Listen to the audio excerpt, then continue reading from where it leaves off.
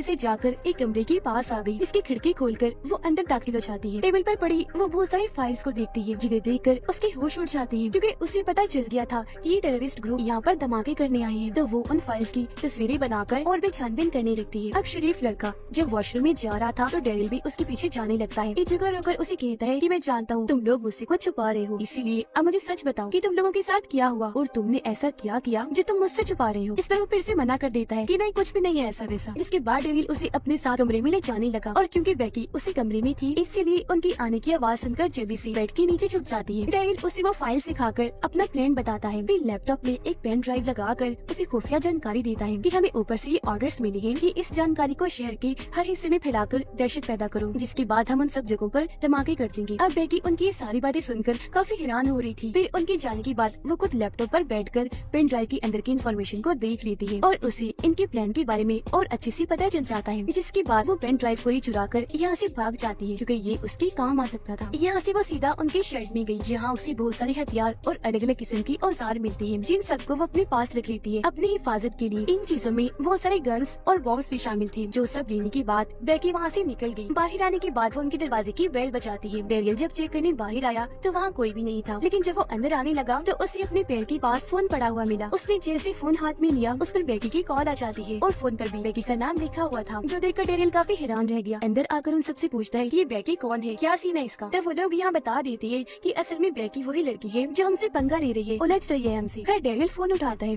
और उससे बात करके पूछता है कि आखिर अब तुम क्या चाहती हो। इस पर वो कहती है कुछ खास नहीं, और हाँ तुम्हारा पेन ड्राइव मेरे पास है, अगर तुम्हें वो वापस चाहिए तो चुपचाप मेरे डॉग को मेरे हवाले कर दो। ये सुनकर डेरियल काफी हैरान रह गया कि पेन ड्राइव उसके पास कैसे गया। दिमाग लगाकर वो ये अंदाजा लगाता है कि जरूर वो चुरा कर ले गई होगी, और क्योंकि वो घर के अंदर आई थी तो घर के आसपास ही होगी। पर पेन ड्राइव उसके पास होना बहुत बड़ा मसला खड़ा कर सकता था। इस पर वो बुरा इंसान डेरियल को कहता है कि आप फिक्र न करो, वो आस पास ही होगी, तो मैं बाहर जाकर उससे बात करता हूँ।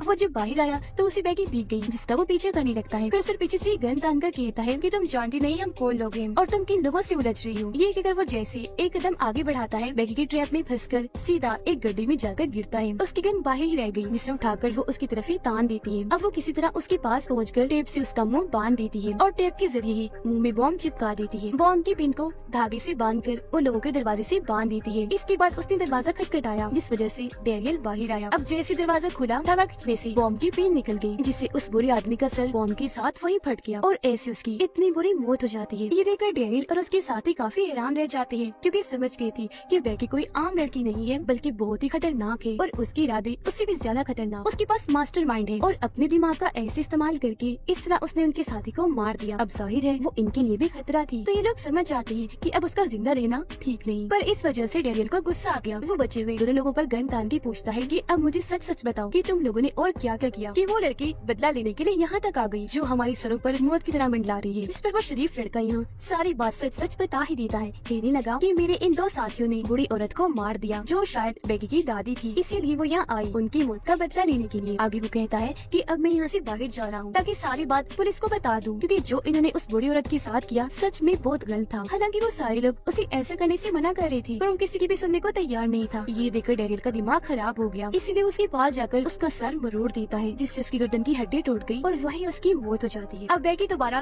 डेरिल को कॉल करती है, कहने लगी कि तुम्हें समझ नहीं आ रही, पेन ड्राइव चाहिए तो मेरा डॉग वापस दे दो। ये सुनकर डेरिल के एक आदमी को बहुत गुस्सा आ गया, इसलिए वो बाहर जाकर जोर जोर से कहने लगा कि बेकी तुम जहाँ कहीं भी हो सुन लो मेरी बात, तुम्हारी मौत पक्की है, मैं तुम्हें छोड़ने वाला नहीं हूँ। अब दूर बैठी बेकी उसे देख रही थी। उसने हाथ में तीर पकड़ा हुआ था, जिससे वो सीधा उस आदमी पर वार कर देती है, जो तीर उस आदमी के मुंह के आर पार हो जाता है। उसकी मौत तो नहीं होती, पर ऐसा होने से उसे काफी तकलीफ होने लगी, इसलिए वो जल्दी से अंदर आ जाता है। डेरिल उसका तीर निकालता है और उसका बहुत सारा खून निकलने लगा, जिस वजह से उस आदमी को बहुत गुस्सा आने लगता है। डेरिल उसे समझाता है कि तुम परेशान ना हो, उसे मैं पकड़ लूंगा, लेकिन वो उसकी एक नहीं सुनता और बेकी से बदला लेने के लिए बाहर निकल जाता है। बेकी जानबूझकर उसके सामने आ गई, जिसे देखकर वो उसके पीछे भागने लगा। वो भी भागी और उसे अपने पीछे शर्ट में ले जाती है। अंदर डेरियल बचे हुए तीसरे बुरे लड़के को पकड़कर उस पर गुस्सा करने लगा। कहता है कि ये सब कुछ तुम लोगों की वजह से हुआ, तो तुम यहाँ अंदर क्या कर रहे हो, तुम भी जाओ बाहर। और कैसे भी करके बेकी को को ढूंढ कर लाओ। अब वो बाहर आ तो जाता है पर गाड़ी लेकर यहाँ से भाग गया क्योंकि उसे इस मसले में पड़ना ही नहीं था। डेरिल का जो आदमी शर्ट में बेकी के पीछे गया था वो उसे पकड़ लेता है और बुरी तरह उसे मारने लगा, लेकिन बेकी नीचे से उसकी तरफ कोई वाला बॉम्ब फेंक देती है जिस वजह से उसे खांसी होने लगी। उसका दम इतना घुटा कि वो बाहर आ जाता है। तब बेकी भी उसके पीछे बाहर आ गई। बूढ़ा आदमी माफी मांगने लगा कि मुझे माफ कर दो, मेरी फैमिली है, छोटे छोटे बच्चे हैं। अब यहाँ एक टाइम पर बेकी उसे छोड़ने के लिए मान गई, लेकिन जब उसे याद आया कि ये तो नाजी हैं जिन्होंने मेरी फैमिली को नहीं बख्शा था, मेरी मॉम डैड को मार दिया, तो आज इसकी फैमिली के लिए मुझे भी इस पर तरस खाना नहीं चाहिए। जो सोचकर वो खंजर से उस आदमी पर हमला करती है और बार बार उस पर फायर करके कई टुकड़े कर देती है और ऐसे उसकी बहुत भयानक मौत हो जाती है। उसका सारा खून बेकी के ऊपर गिरा और वो पूरे खून से लथपथ हो गई। उसे मारकर वो खुश हो ही रही थी कि तभी सामने से उसे एक इंजेक्शन आकर लग जाता है जिससे वो बेहोश हो गई। जब उसकी आंखें खुली तो वो खुद को कुर्सी से बंधा हुआ पाती है जिसके सामने डेरियल बैठा था। वो उसे कहता है तुम जानती नहीं हम कौन है, तुमने गलत इंसान से पंगा ले लिया है। जो कहकर वो बेकी को उसका सारा सामान दिखाता है जो वो तैयारी करके आई थी और कहता है कि अगर तुम बता दो कि पेन ड्राइव कहाँ है तो मैं तुम्हें और तुम्हारे डॉग को छोड़ दूंगा। इस पर बेकी कहती है कि नहीं बताऊंगी, तुम एक टेररिस्ट हो तो मैं तुम्हारी मदद क्यों करूँ।